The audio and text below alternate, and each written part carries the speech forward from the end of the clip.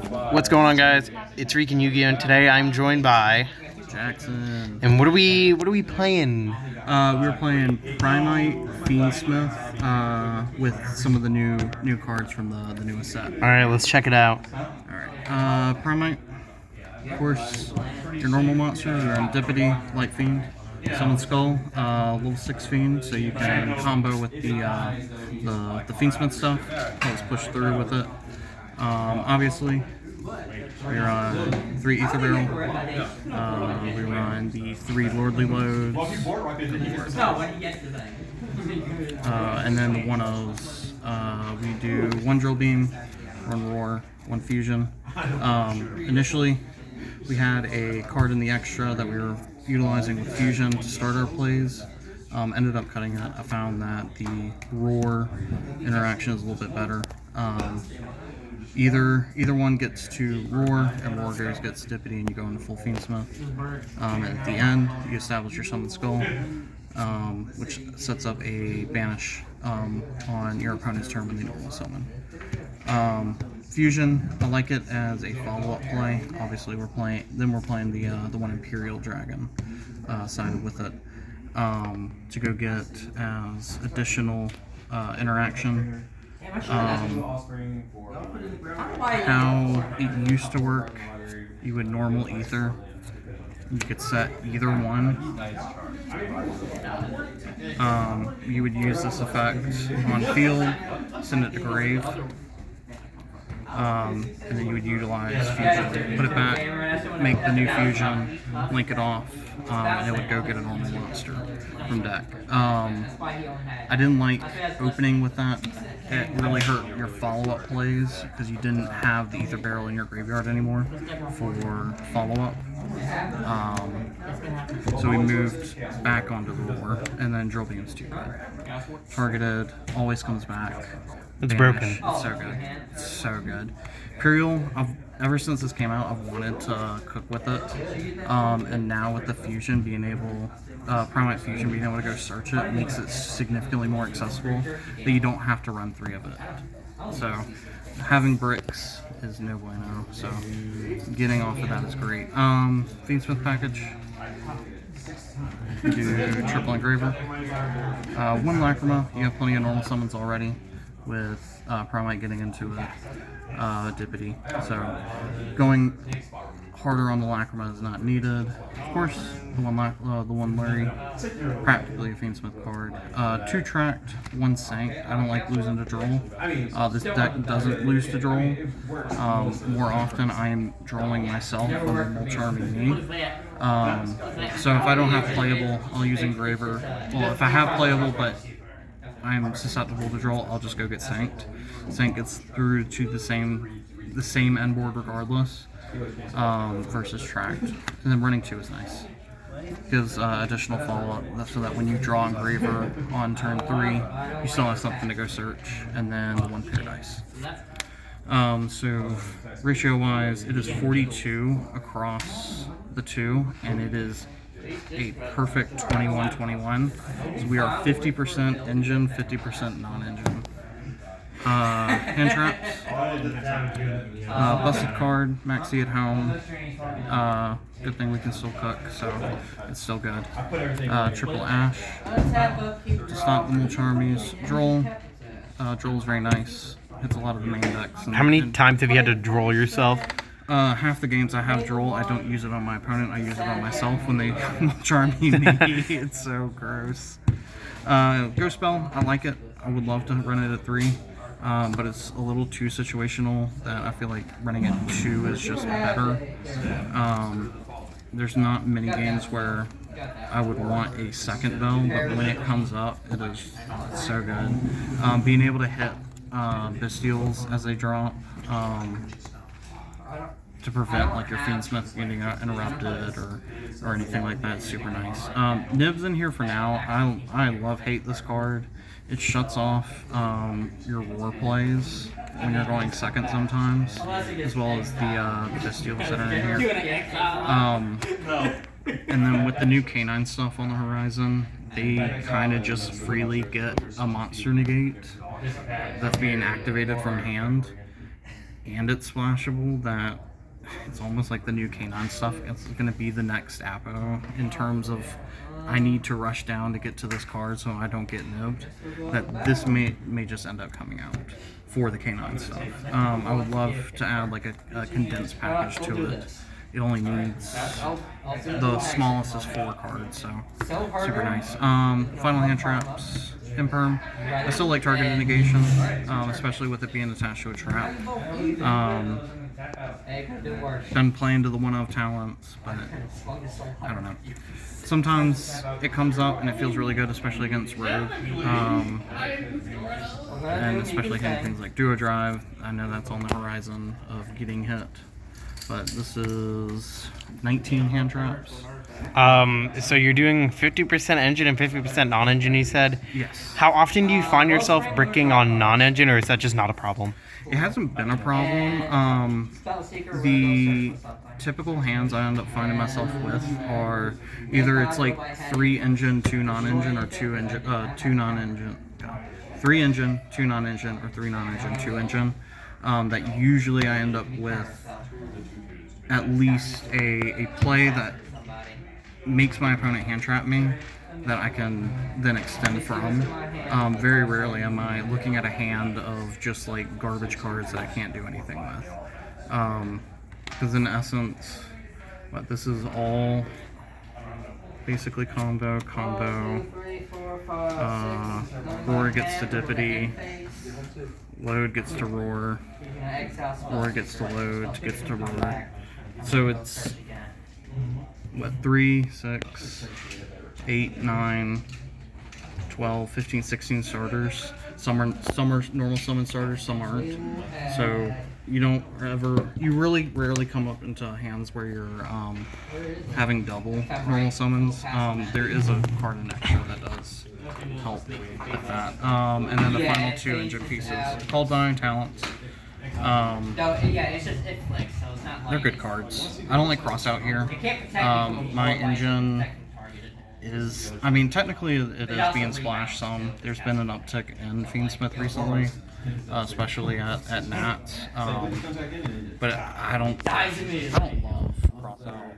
In my opinion, there's no hand trap that I'm deathly afraid of that I feel like I need to run cross out for. Let's get on to that extra. Extra. Show me that extra. Show me that extra. SP. SP's great. SP goes into everything. It's free. It's more removal than anything. I don't run an IP to go into it. It's just more situational. Fiendsmith engine. 1 moon, not 2. 2 would be crazy. Hopefully this stays at 2, or at 1, or even playable. I hope this doesn't go away. 2 Requiem. It's great. The follow-up on it, being able to establish 2 of them is so good. 1 sequence, 1 a gum day. Helps for pushes, OTKs. Double Desiree. I feel like in a deck like this, you run 2. Not really running 2 to play around Unicorn, but more so for the Paradise Send. I'm using Paradise Send, and then I can use Sequence to make the other one, put the first one back. Like, it keeps it in rotation. You could play it at 1. Would you, if you took the second Desiree out, would you play the other Fiendsmith Fusion, Rex Tremende? I should. I picked up a QCR of that for like 15 bucks. So now you have to play it. I have to play it. I have to. Does it do anything? No. It's a bad towers. Other fusions, Necroquip, practically a Fiendsmith card. And we do play Duke. Duke is a fun extender card that if you have these hands where you have double normal summon, if I have Ether Barrel and like Dippity in hand, it's better for me to start with Dippity. Go through lines. I can make sequence, bring out Duke, and then activate effect for the free normal summon. Effect sets, establishes Drill Beam, and then go load summon Skull. I mean, he's not my problem. It's not his problem. He's the one. Which then can overlay for that is making the 10-8. the other King, like Wave King. This is a big reason why you play Summon Skull, being that theme, that you have this utility to go into, like a DD wave. And this comes up also when you get hand trapped on things, you always have access to at least half of the Desiree. So if you have access to your Fiendsmith stuff, you're able to go into at least some kind of interruption. Duke's graveyard effect will come up for those follow-ups. Being able to banish it and add an engraver to hand at start of turn, it's so goofy. It comes up, it's free. I love it. I don't have a choice. I have to say that. Primite Dragon Nether. This is one of the other new cards added. Here's with the fusion. When it leaves, it summons a normal monster from deck. So this is how you can theoretically bridge into a Deputy. There's a world where you go into this. You can make an SP with it. Use SP to remove. This is bringing Deputy. They chain anything, you just remove your SP. And So you're more so using it as a bridge rather than just a floodgate. Correct. Yeah. It's rarely ever just staying on board. I haven't done enough testing with it on the new line where I don't use it as an opener. For me to utilize, when you use it as that follow-up, you typically end up having both engrave, which makes this a 36 beater. That's bigger than a lot of things right now. It's not the biggest, but it can just get over some problem issues, like a way to bait out the destruction protection on like a detonator, and then you put this guy on board, swing over it, continue your plays on on main phase 2. Allows you to just keep on establishing and grind out these games. Showed off the Wave King, the other XZ6s, Lars, and M7. M7's great, especially paired with Bestials. The fact that it detaches for cost and then targets after means you can make M7 with a Magna, activate your Magna search, detach, add back Magna, so that you have Magna going off in end phase, and so you end on double Bestial in hand. When you're able to pair this with the Bestial, super great, especially Magna. Lars, love hate. Right? There's a world where you go into this on like turn 3 on follow-up turns after you've gone through like the Wave King and the Necro Quit, and you just establish 2 6s, that it is just a targeted Omni Negate on field. I mean, it's solid. It's probably the 15th card in the extra deck. There isn't a Typhon in here. The last card is, of course, Chaos Angel. Probably the most cuttable cards. 1, 2, 3, 4. Yeah, it's probably these two. For the Rex and the third Requiem, right? Exactly. Maybe the Duke. This rarely comes up. It comes up little enough that I can see cutting it. This is probably what gets slots in for the K9 cards. Maybe. Don't know. And y'all got I need to do testing on that end. Love this deck. It's such a fun deck. I especially love it when my turns take 3 minutes to do, and it's the same end board every time, regardless of what I'm playing against. I get to turn my brain off while my opponent plays. I love doing that. I love turning my brain off. Perfect. We're off to side. Now side, I initially had the most boring side deck ever, and it's still super boring. But we have some funny things. We had some fun. Double Meows. Used to be at 3. Had to make room for the fun cards. When you guys gonna get Double hit by Perulia. Had to cut 1 to make room for the fun cards. Triple DD Crow. For Graveyard Hate. Additional. Already have 3 Bestials. If I want more, I bring it in. And Targeted Malice Hate. Triple Lancia. Always going to play it until Malice gets hit into the ground. I can't stand that deck. Its interactions and how it interacts with interaction is kind of gross. The fact that 1-for-1 hand traps don't trade well into it, and they just get to play and ignore what you're doing. Hate it. Time for the fun cards. So, Not yet. You got 3 Molcharmies in main. Always need to take them out. So I'm siding a card that I can always bring in regardless of the matchup. No, it is. They're bringing in back row heat. That's it. It's judgment. What else is there? What else is there to say? The only thing, you lose the timing. But who cares? That's not a real thing. You just play fast, and time never comes up. Yeah. Fun cards. I have room for 2. I want room for 2 more. We are siding normal monsters in 2025. There it is. Amphibian Beast and Twin-Headed Fire Dragon. This one has more viability than this one. I just wanted a water deck to hit Mermail. A water card to hit Mermail. Hitting Darks with Imperial doesn't make too much of a difference. But as of current, you're hitting Lights, Darks, and Fiends with your main decks. When it comes up, like this as a blowout card against Ryziel, it's a fire. It's a pyro.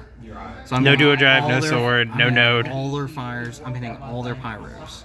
So no X. No X, no ice, no star, no nothing. No, you take 1, 2, 3, 4, 5. Love that Imperial Dragon checks No, the horse didn't attack. He came on resolution No, I of swung dumb threat you. all I the swung monsters big guy. that you have in your grave. So if I have Twin and Summon Skull in my grave, I'm hitting all fires, all darks, all fiends, So let's all see what it's the pyros. top, right? And what It happens stacks. with the It's top? great. It's phenomenal. You don't select one. So why the Mermail hate? Is Mermail a big issue for this deck? No, it's just I can't think of a relevant Earth deck, and I can't think of a relevant Wind deck. Okay. I I'm get not- it. I don't think I need to worry about what Mimigols or Harpy Ladies. Harpy Ladies is a fun thing that you can run in this. But I wanted specifically 6s to kind of do that same line of play where I get hand trapped, I can summon a 6 and at least make an XE6. Yeah. And also. But it's a great. I enjoy its interaction, its play style. That, it feels super simple.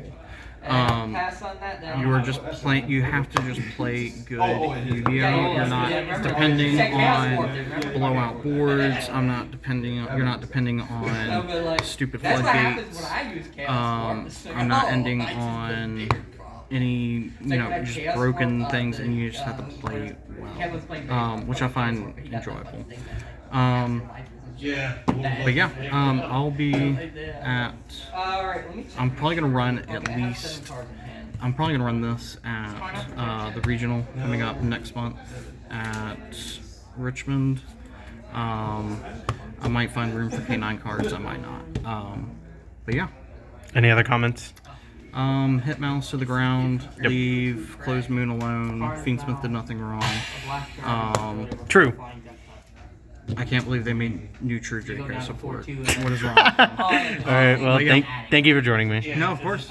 Anytime. So now you're just.